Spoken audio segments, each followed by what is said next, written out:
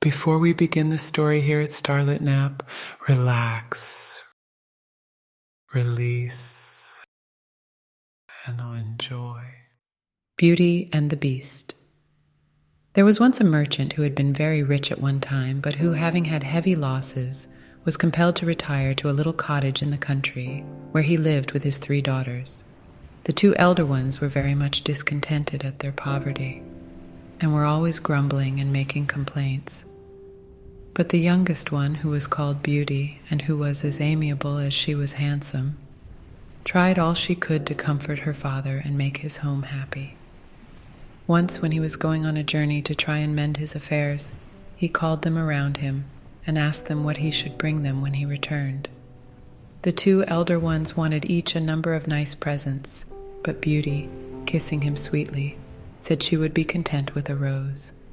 So when the merchant was on his way back, he came to an elegant garden, of which the gate stood open, and thinking of Beauty's rose, he went in, and plucking a beautiful one, prepared to proceed on his journey.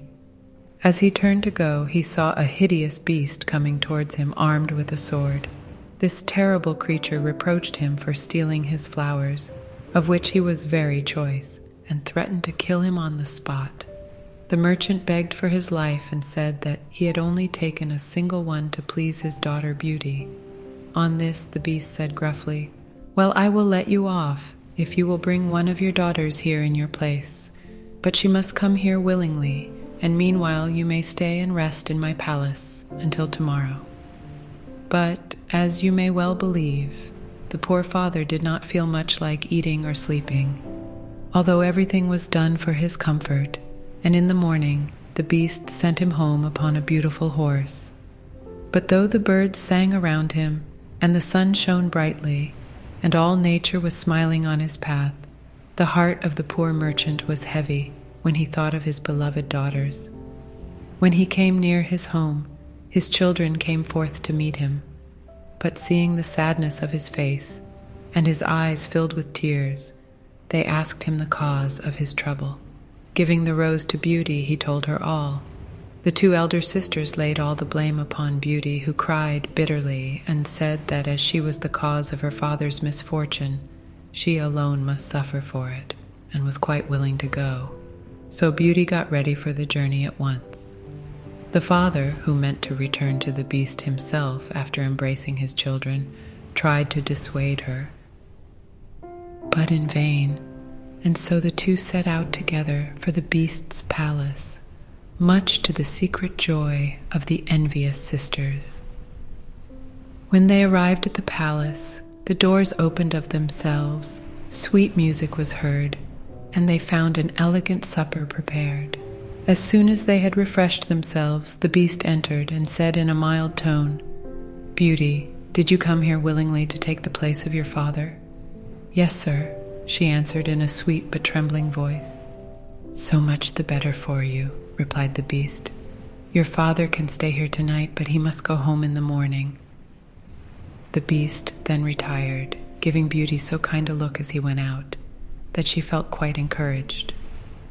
The next morning, when her father left her, she cheered his heart by telling him that she thought she could soften the beast's heart and induce him to spare her life. After he was gone, she entered an elegant room, on the door of which was written in letters of gold, "Beauty's Room." Lying on the table was a portrait of herself, set in gold and diamonds, and on the wall these words, "Beauty is queen here. All things will obey her."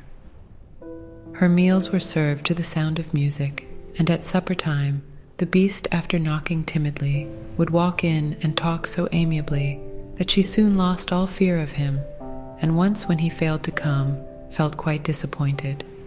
At last one night he said to her, "Am I so very ugly?" "Yes, indeed you are," said Beauty, "but you are so kind and generous that I do not mind your looks."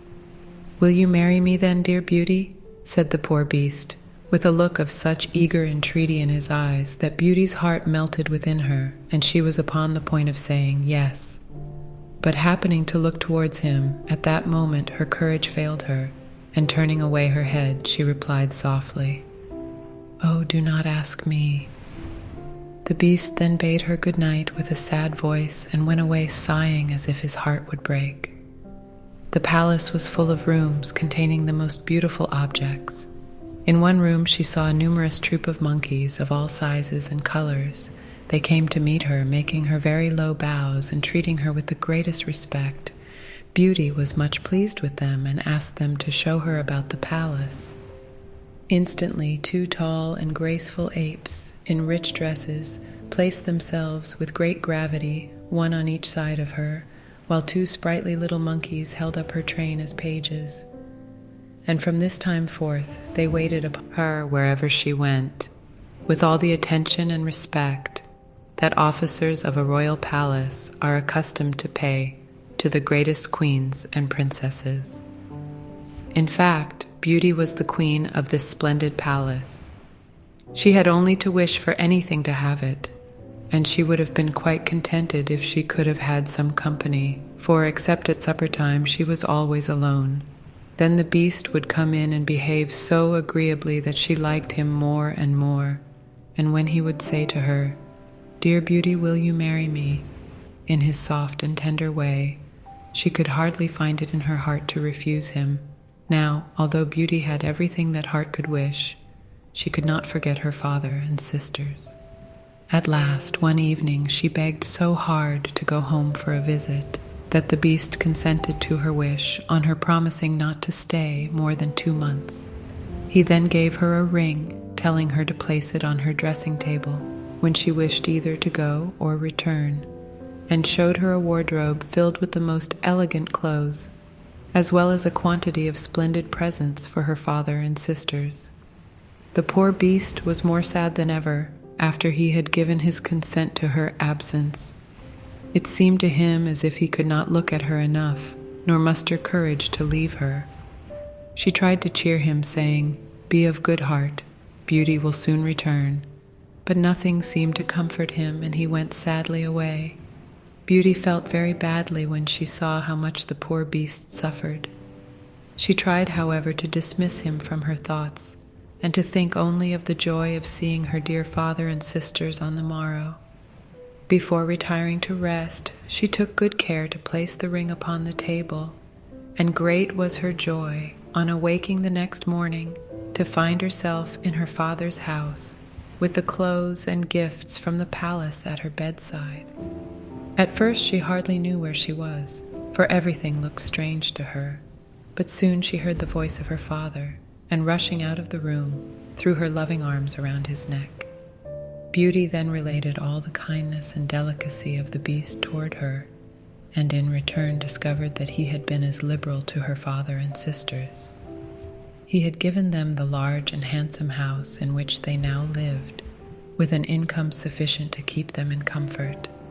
For a long time, Beauty was happy with her father and sisters, but she soon discovered that her sisters were jealous of her and envied her the fine dresses and jewels the beast had given her. She often thought tenderly of the poor beast, alone in his palace, and as the 2 months were now over, she resolved to return to him as she had promised. But her father could not bear to lose her again, and coaxed her to stay with him a few days longer, which she at last consented to do, with many misgivings, when she thought of her broken promise to the lonely beast. At last, on the night before she intended to return, she dreamed that she saw the unhappy beast lying dead on the ground in the palace garden. She awoke, all trembling with terror and remorse, and leaving a note on the table for her dear father, placed the ring within her bosom and wished herself back again in the palace. As soon as daylight appeared, she called her attendants and searched the palace from top to bottom, but the beast was nowhere to be found. She then ran to the garden, and there, in the very spot that she had seen in her dream, lay the poor beast, gasping and senseless upon the ground, and seeming to be in the agonies of death. At this pitiful sight, Beauty clasped her hands, fell upon her knees, and reproached herself bitterly for having caused his death. "Alas, poor beast," she said, "I am the cause of this. How can I ever forgive myself for my unkindness to you, who were so good and generous to me and mine, and never even reproached me for my cruelty?" She then ran to a fountain for cold water, which she sprinkled over him, her tears meanwhile falling fast upon his hideous face. In a few moments the beast opened his eyes and said, "Now that I see you once more, I shall die contented." "No, no," she cried. "You shall not die. You shall live, and Beauty will be your faithful wife."